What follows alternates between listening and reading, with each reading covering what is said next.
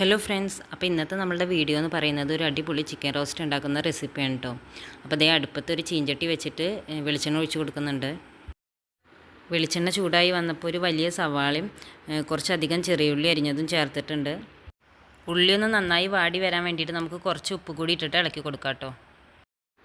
ഉള്ളിയൊക്കെ ഒന്ന് നന്നായി വാടി വരുമ്പോൾ നമുക്ക് ഉള്ളിയൊക്കെ ഇതുപോലെ മാറ്റി വെച്ചിട്ട് ഈ വെളിച്ചെണ്ണയ്ക്ക് 2-3 ഏലക്ക, 2 കഷ്ണം പട്ട, ഗ്രാമ്പൂ ഇതൊക്കെ ഇട്ട് കൊടുക്കാം കേട്ടോ. ഇനി ഇതൊന്ന് നന്നായി മൂത്ത് വരുമ്പോൾ നമുക്ക് പച്ചമുളക്, വേപ്പിൻ്റെ ഇല, അതുപോലെ ഇഞ്ചി, വെളുത്തുള്ളി ചതച്ചത്, തക്കാളി ഇതൊക്കെ ചേർത്ത് കൊടുക്കാം.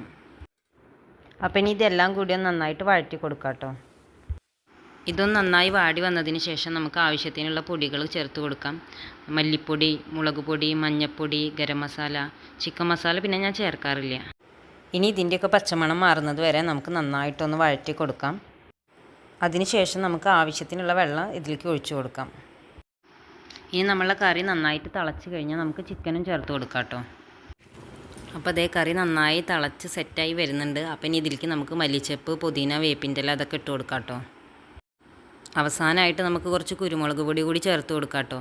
അപ്പോൾ അതേ നമ്മളുടെ അടിപൊളി ചിക്കൻ റോസ്റ്റ് ഇവിടെ റെഡി ആയിട്ടുണ്ട്.